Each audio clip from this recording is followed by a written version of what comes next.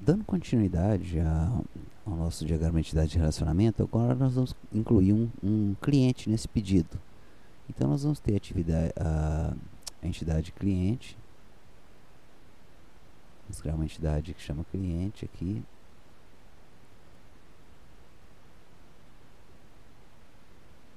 Bom, que informações nós vamos guardar desse cliente? Novamente, pensando em simplificar o sistema, vamos pegar algumas informações básicas. Então vamos botar o nome do cliente,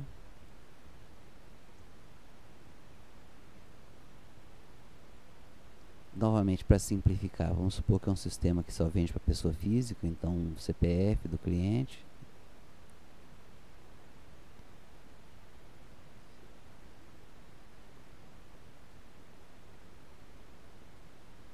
E como documento também vou pegar apenas o RG.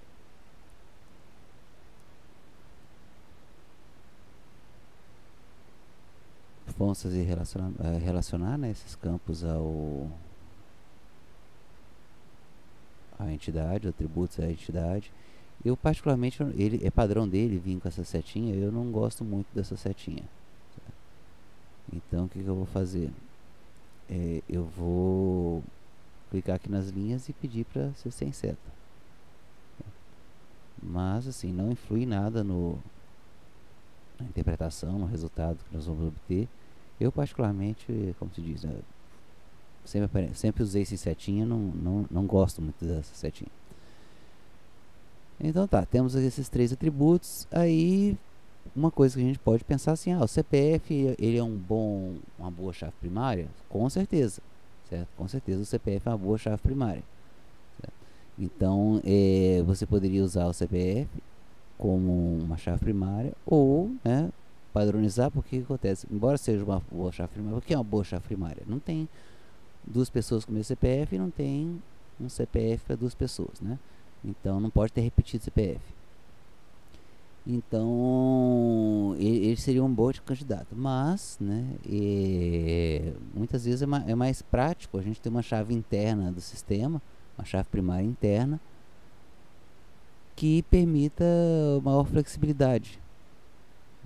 Então, assim, eu não tenho controle sobre o formato do CPF, não tenho controle sobre o tamanho do CPF. Já a chave primária que eu criar interna do meu sistema, eu tenho controle sobre isso. Então, tá, temos o cliente aqui criado. Vamos relacionar ele a pedido. Primeiro, vamos pensar o seguinte, um cliente pode comprar várias vezes? Pode. Então, o cliente pode ter vários pedidos. Um pedido pode ter vários clientes? É uma situação mais rara, né? Então, normalmente, a gente tem para um cliente, para um pedido, apenas um cliente, certo? Então, vai ser uma relação simples, não vai precisar de uma entidade associativa, como nós vimos aqui. Então, por exemplo, eu vou usar aqui um cliente faz pedido, o pedido pertence a cliente, certo? Então, isso aqui vai da maneira como você quer interpretar, né? Certo? O cliente faz pedido, seria uma interpretação suficiente. Vou aqui relacionar cliente com um pedido. Detalhe, então, vamos retomar aquela pergunta que foi feita agora há pouco. Um cliente pode ter vários pedidos? Certo? Um cliente pode ter vários pedidos? Sim. Então, o que eu posso dizer? Um cliente faz vários pedidos? Verdadeiro. Então, aqui pode ter... baguncei. Aqui pode ter um cliente pode ter N pedidos. Tá? Então, vou usar esse símbolo aqui. Um cliente pode ter vários pedidos. Um pedido pode ter quantos clientes? Só um, né? Então tá certo. Aqui aqui o pedido só pode ter um cliente. Agora o cliente pode ter vários pedidos. Por isso esse símbolo aqui para vários, né? Um cliente faz vários pedidos. Então temos essa relação. Bom, se o cliente tem vários pedidos, né? Eu não posso, né, evidentemente, botar o pedido como chave estrangeira de cliente, né? Senão o cliente só poderia fazer um pedido, certo? Então é o contrário. Um pedido só pode ter um cliente, então o pedido recebe a chave estrangeira. Então, o pedido recebe chave estrangeira. Ele vai receber como chave estrangeira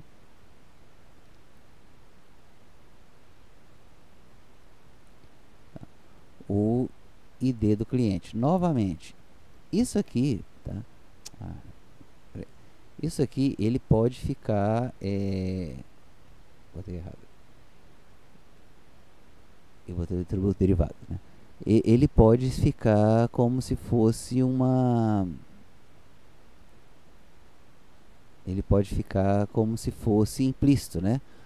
O ID do cliente como chave estrangeira, ele pode ficar implícito aqui, certo? Então não necessariamente precisaria colocar. Por quê?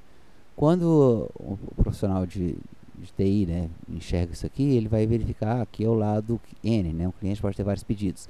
Então aqui recebe uma chave estrangeira, certo? Mas também posso deixar bem explícito.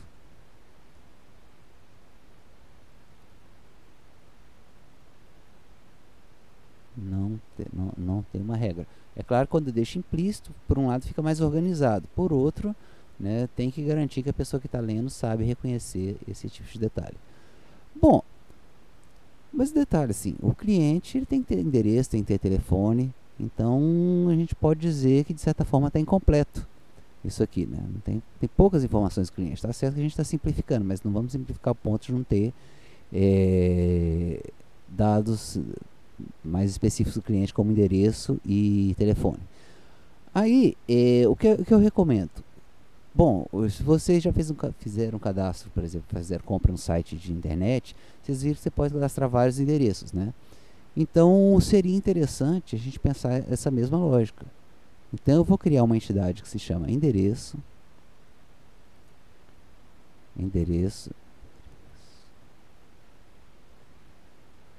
e vou botar as informações básicas aqui de endereço.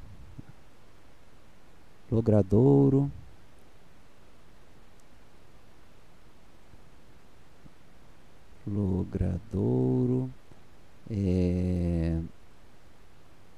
opa, ele pegou o padrão aqui da última vez que a gente usou, né? Logradouro, número,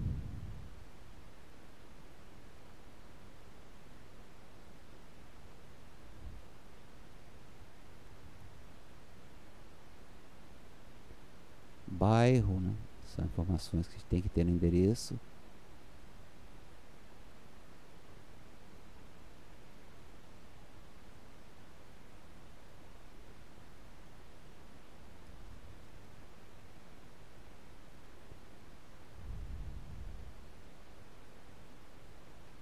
Por motivo de simplicidade, vou botar cidade e CEP aqui também. Por que eu digo por motivo de simplicidade? Porque dessa forma eu vou ter que digitar, quando for cadastrar cada endereço, digitar se tiver 50 pessoas morando numa cidade X, eu vou ter que botar 50 vezes a cidade X lá, cadastro, e o estado, consequentemente, né? Não é uma coisa boa. Repetição nunca é coisa boa no banco de dados, né? Então talvez o ideal, né, se a gente fosse fazer um banco de dados mais completo, seria criar uma base cidade, uma entidade cidade, uma entidade de estado e relacionar ela com endereço. Mas aí a coisa vai ganhar uma complexidade que a gente não quer nesse primeiro exemplo. Então, aqui ó, temos número, logradouros, vou botar cidade. Vou botar a cidade aqui.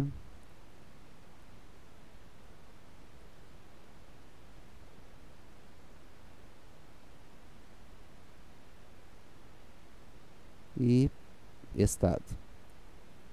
Tá vendo que mesmo com informações básicas já está ficando bem tumultuado, né? Está ficando bem tumultuado aqui, então a gente às vezes precisa ser prático na hora de fazer um diagrama de entidade de relacionamento para não ficar coisa difícil de se ler, tá?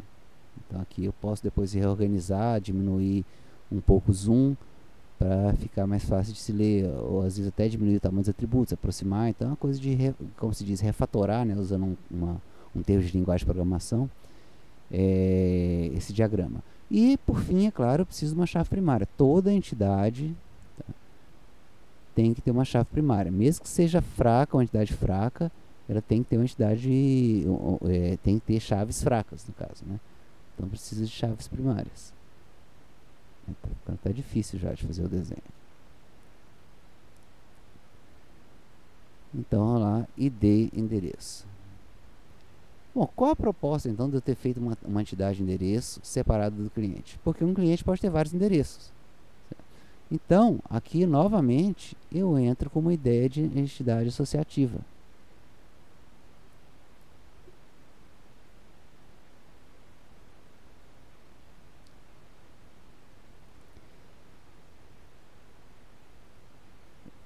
Então, olha só, eu vou entrar com essa ideia de ter um relacionamento identificado, certo? Poderia usar esses dois símbolos aqui, ó. Poderia utilizar, tá, um símbolo tradicional de identidade associativa. Eu inclusive vou substituir esse aqui, que realmente eu vi que é uma ferramenta que eu estou usando agora, não é uma ferramenta que eu estou acostumado a usar. Eu havia me equivocado em relação ao vídeo anterior, certo? A ferramenta, o símbolo ideal padronizado de entidade associativa é este aqui, certo? Então vou refazer aqui produto pedido. Então correção em relação ao primeiro vídeo. Bom, vou relacionar aqui, fazer uma relação. Então, qual que é a ideia quando eu fiz isso aqui? Quando eu fiz esse tipo de relação? Vou aqui colocar que é para muitos, né? Um endereço pode pertencer a vários clientes. Isso é possível? É possível, tá? Porque você pode pensar que numa mesma casa pode haver vários clientes de uma empresa. Então, aquele endereço pode pertencer a várias pessoas, certo?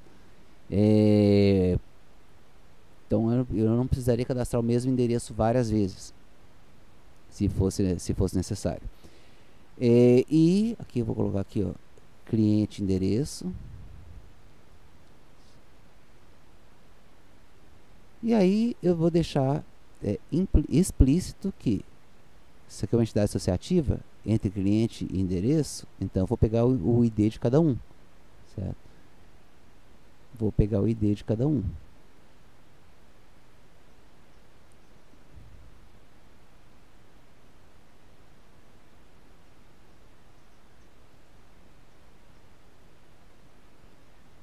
Então vamos lá. ID endereço.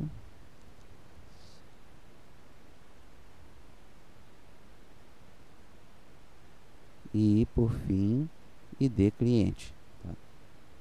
Nesse ponto, nessa altura aqui, se não fosse um vídeo didático, eu já teria apagado essas chaves estrangeiras aqui e deixado implícito, porque já está bastante poluído.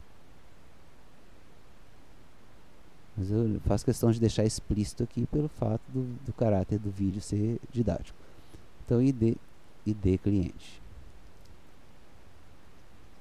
Então, dessa forma aqui, eu já consigo, vou tirar um pouquinho o zoom agora, eu já consigo cadastrar um cliente no pedido e o pedido, tá, poder ter vários clientes. Um pedido ter um cliente ter vários pedidos e um cliente ter vários endereços, certo, cadastrados para ele. Então, como é que eu vou fazer isso a nível de banco de dados, se a gente for imaginar? Então tem uma tabela cliente, uma tabela endereço e uma tabela cliente endereço.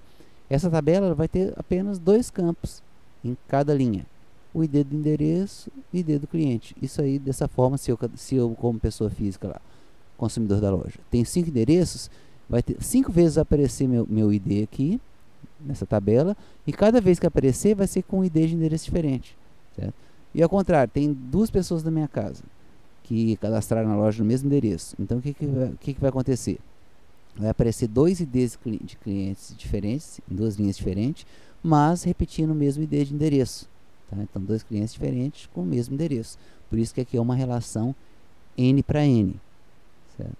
Por fim, o que nós vamos fazer? Nós vamos criar a nota fiscal desse pedido. Então nós vamos criar a nota fiscal, vamos criar como entidade nota fiscal. Eu vou, felizmente já decorra automaticamente aqui o tamanho da página, tá? Até me permitiria separar um pouco mais aqui, pelo fato do zoom e tamanho da página estarem maiores. Eu tenho essa possibilidade para deixar mais distante. Então eu vou criar aqui nota fiscal. Nota fiscal. Nota fiscal tem relação com o cliente? Direto não. Tá? Direto não. Seria um erro fazer o cliente nota fiscal ter relação. A nota fiscal tem relação com o pedido. Aí detalhe, todo pedido só pode ter uma nota fiscal. E toda nota fiscal só pode pertencer a um pedido. Então uma relação simples de 1 para 1.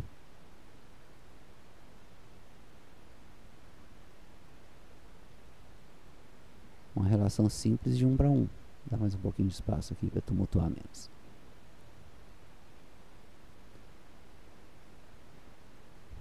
Então olha aqui, vou fazer uma ligação. Não vou botar aquele símbolo, né, de N para N, 1 para N, não, porque é 1 para 1, é automático.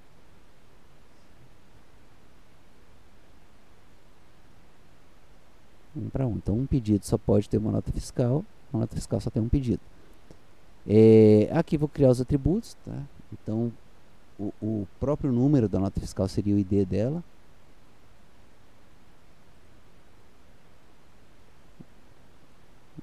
Poderia chamar de número da nota fiscal? Sim, né? Mas para manter padronização com o resto do sistema, eu chamei de ID nota, certo? As informações em relação à data, por exemplo, já tem aqui. Informação referente ao cliente que comprou, já tenho aqui no pedido.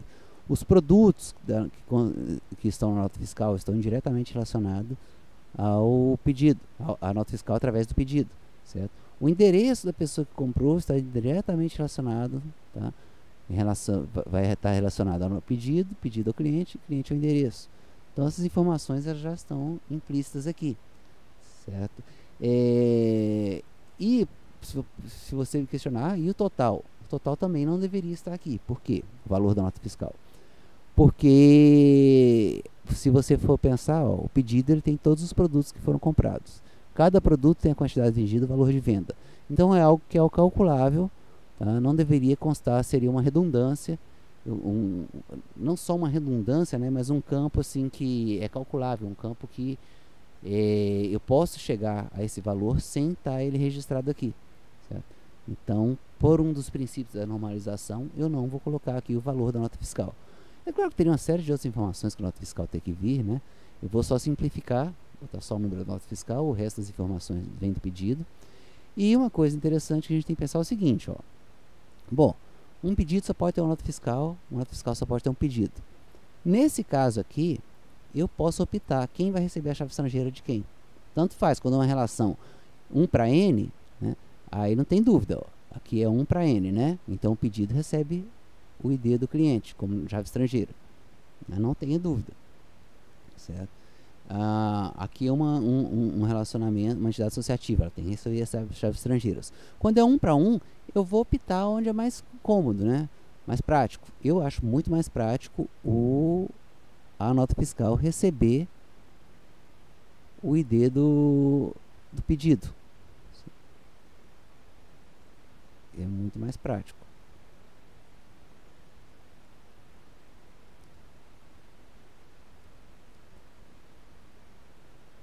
Então, a passo, o que nós fizemos no nosso sistema? Ele começou tendo apenas cadastro de pedidos com produtos, incluímos cadastro de cliente, certo? E incluímos a nota fiscal. O que a gente poderia, assim, de imediato verificar? Telefone. A gente poderia cadastrar o telefone do cliente da mesma forma como fez endereço, tá? Mas isso eu vou deixar para o próximo vídeo, para não ficar longo demais, certo? E aí nós pensamos um pouco mais em incrementos que a gente pode fazer a esse sistema.